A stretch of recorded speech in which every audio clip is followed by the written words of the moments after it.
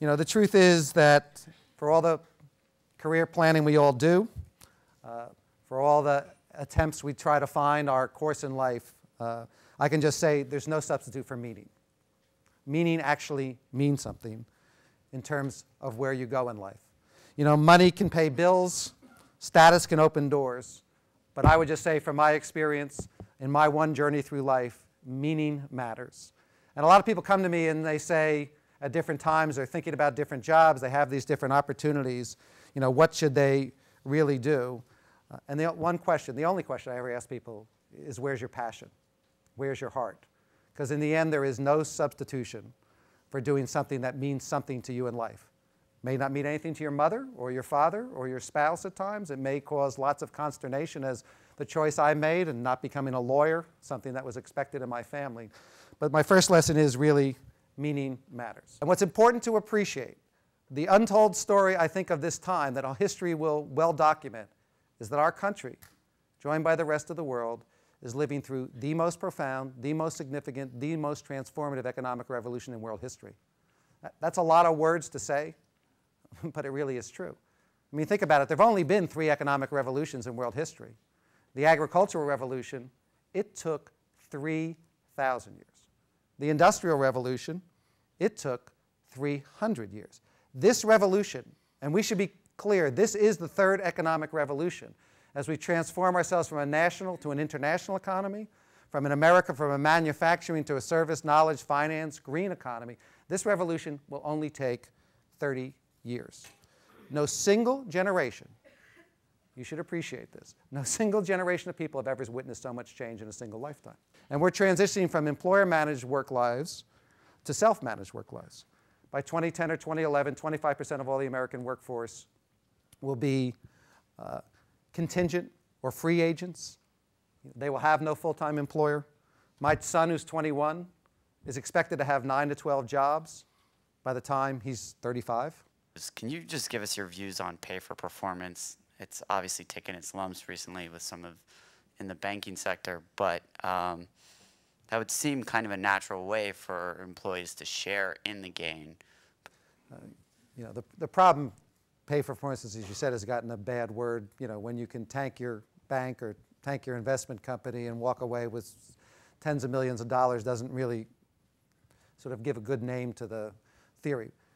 But I do think, and I just think there's a series of questions. One is, pay for performance an individual issue, or is it a collective issue? There's a lot of issues in schools about whether or not we reward schools or reward teachers, because I think there's lots of issues about evaluation methods of, how do you really evaluate people successfully. I think we believe sort of more in a collective, we're willing to, at Kaiser, look at the bottom line performance, of different units, or the bottom line performance of different divisions, and think that is a fair way to consider, how do we reward performance. But, there's a million arguments about, about hustling systems, creating systems, backdating stock options, lots of ways to, pay for performance. But, theoretically, how would you not say that in some way, shape, or form that people, who perform well as a team, or perform well, if you want to, individually, shouldn't have some consideration, whether it's by promotion or by pay. And I don't think, I know people like to say that unions, protect bad workers.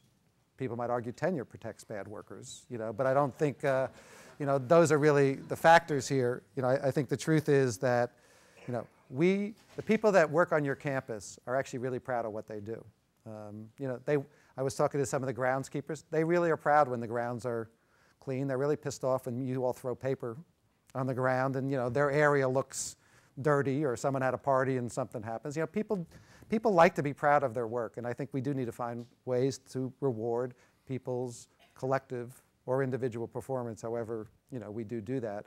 And particularly, I think the whole question, particularly in a for-profit corporation, of why are the gains only distributed down to a certain level of management. I think all of us would love to get some big bonuses when the company did really well, and I think that's an opportunity that the country should incentivize. Thank you very much for coming here, and we all appreciate the opportunity. I also had the opportunity to go to your union meeting today at 11 o'clock in Memorial Hall. And contrary to your answer in the first question, Stanford University got hit very hard in that meeting. A, for the hospital or organizational issues, but also specifically for the layoffs, and specifically for the layoffs here at the GSB. And I think in many ways that shows why many of us here in the business school community are nervous about taking a job in management in a unionized environment. And I think that's true across the ideological spectrum, actually, or political spectrum. And I was hoping you could talk about how, as a manager who wants to do right by your people, has an obligation to do right by your people, but also has an obligation to your bottom line, has an obligation to the long-term health of your organization, how do you deal with those? And kind of specifically, how would Dean Joss, or how would any of us as future leaders, if we're in a unionized environment, how do we worry about our people and the long-term health of our organizations if, when you make a very difficult decision that you don't want to make, the kind of emotions and the lack of labor flexibility that your union was promoting and that you were stoking up at that rally exists, and that environment exists as a manager? So first of all, I'd say, I have a unique role in my life because I happen to be a manager too. I employ over 1,000 people, and just, we are completing a layoff, of a significant number of people, not necessarily for financial reasons, but because we need to reorganize the union so it serves the members' purpose, not necessarily the people that work there's purpose. So I start with that. Two is I don't think you can sort of judge things you can judge them, but I don't think it's right to judge things either on management's parts or on our part, situation by situation. The last time, the least best time to make a decision is when you're in the middle of a crisis, and because we all know, your options are far less. So I think, the first question comes, and that's why I said here, I gave Stanford credit, is I think we had a very traditional relationship in some of the university here, that I think there wasn't a lot of consideration for the people that worked here. There wasn't sort of maybe enough flexibility on our part of trying to think about that. And so, I think we need to build a new long-term context, because if we keep trying to deal with kind of today's problem, we'll sort of never get to tomorrow's solution. So that's one thing. And I find it offensive, I'll just tell you, at Stanford University, when we made a reorganization, because our union felt that workers who did the same type of work belonged in the same union. And we had our members vote to say, if you're a hospital worker, you're going to be in the hospital workers union. You're a property service worker, you're going to be a property service worker. We really thought that was our business, that the university took advantage of that situation to question our representation, and decide to make us go through a long time to reprove, what they knew, that the workers wanted to be in our union because they had just voted to be in our union. So, we find those kind of considerations provocative as opposed to, promoting a different climate. And so, those kinds of things then set a chain motion that takes a long time to rearrange. And we're finding the same thing when we go back to the bargaining table now, where, people are now saying, well, this is your first contract, let's start all over again. So it does take, two to tango. I would say I appreciate that managers have a dual set of responsibilities.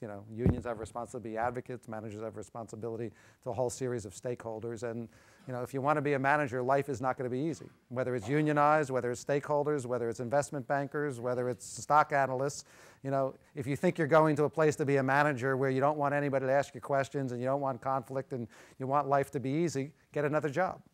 Because if you really want to get to the top, that's your whole life, is that some advocacy group, some institutionalized part of your organization, some local union, is going to challenge, what you believe. And I think part of leadership is accepting that, that everyone has a different set of responsibilities, and then trying to figure out how you manage your way through it. And again, I would say, for me, and I try to think about this a lot in my own union, is how do I live up to my responsibility to my members as managers do to shareholders, and then how do we live up to our responsibility to each other? And, and that what advocacy is that different people, see the world in different ways. And I used to say to the woman who's the Secretary-Treasurer of SEIU right now, you saw Anna Berger, is also the highest-ranking woman in the history of the labor movement, is the head of the new Change to Win Federation, used to be the leader of our staff union.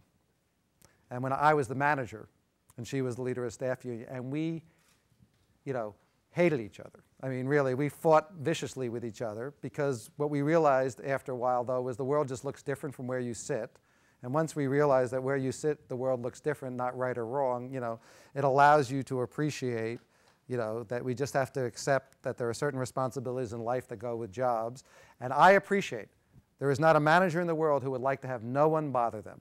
Lee Scott said recently, when he was asked about the Employee Free Choice Act, who's the head of Walmart, and just my one aside about Walmart, which I happen to admire tremendously in terms of its logistical abilities and other things. I just don't admire that Lee Scott makes $15,000 an hour and the workers make $10 an hour. I don't think that's sharing in the success of a company. But having said that, when he talks about the Employee Free Choice Act, he says, I got my hand on the steering wheel and I like it that way. And who wouldn't? You know, the point is that's not life. We've heard in the last several months a lot about the collapse of the American auto industry, and a lot of blame has been laid at a variety of different people's and institutions and organizations' feet, anywhere from management to consumers to government or to unions. And I wonder if you could talk a little bit about what you see as unions' role in contributing to that collapse, if any, and what unions' role is into helping to avoid that collapse if possible. You know, I'd say the union had at least 2 or 3 roles in contributing to the collapse. The first is when your employer is making a bad product. You know, I don't think it serves any purpose to shut your mouth and just, you know, this is a point about when you're walking down a road and you know where it ends. You know, everybody could see, you know, these were companies not responding to the market. You know, and you know, shame on us if we're working in a hospital and we don't call out when we see bad patient care. There was recently an article in the LA Times about, you know, home care workers, you know, and home care clients committing fraud. And our immediate reaction is not to defend, to say prosecute the people, you know, because I think it is a responsibility of employees or unions, you know, to not, you know, smooth over, you know, be the front line of defense, you know, which I think the UAW did too long to the car companies, both leading into the crisis and then at the hearings. I mean, the union was really, you didn't see them as an independent voice about calling for change, you know, and I think, you know, that is a decision we all make, you know, bankers make, other people make to go along with the herd. You know, sometimes you all pay the price, you know, when you go over the cliff. And so, you know, I think the union has unions, all of us have a responsibility, you know, to call out when our employers we think are making bad business decisions that in the long run boomerang back and hit us all. 2 is that we have responsibility as unions if we want to make our employers, allow our employers to be competitive to take wages out of competition. I guess that's an official economic term of some sort. So here's the problem of the UAW. When all auto companies were United States based, there were no imports for the sake of argument. We had Ford, Chrysler, and GM. You know, union wages were the basic wage of every single auto worker. You know, it didn't matter, and they did a very good job. They bargained, you know, pattern agreements. They didn't make Ford pay more than Chrysler. They tried to equalize wages across the spectrum. The problem becomes is that's fine when you control 100% of the auto industry, but when you control 50% of the auto industry and the other 50% of the workers are now making less wages and less benefits, instead of union workers' wages bringing everyone up, non-union workers' wages dragged everyone down. And that's exactly what happened. We collapsed the wages of the union workers to the non-union workers because we didn't take wages out of competition. Now, we understand this because we represent janitors everywhere. And if you know anything about the janitorial industry, which we happen to know a lot about, you know, it is not hard. There is no significant barrier to entry into become a janitorial contractor. A mop, a bucket, you know, a bunch of chemicals, you can get a job, you know, and you can hire people significantly for minimum wage. And if you're really, you know, exploitive, which a lot of people would be in many markets, because, you know, you hire immigrants and pay them cash under the table, and, you know, you get to go to work. Now, the problem is in unionized markets, once those non-union workers come in, you know, in New York, we make $22.30 an hour to be a janitor in a union office building. But the good news is every single office building and everywhere in New York City, the janitor makes $22.30. So when everybody goes to the country club and complains about their janitor's wages, no one says, yeah, but I'm paying them $15, so I got to go back and, you know, reduce my wages because I'm not competitive anymore. So we have an obligation to our employers to level the playing field so the competition's about quality, efficiency, good management, and not about who can pay the less. And when we fail, like the auto workers did, because they didn't organize the competition, you know, Economics 101 is going to say those wages are going to collapse eventually. They cannot be sustained, and the auto workers and too many unions don't understand basic economics and competitive realities of our employers. We cannot be anchors on our employers.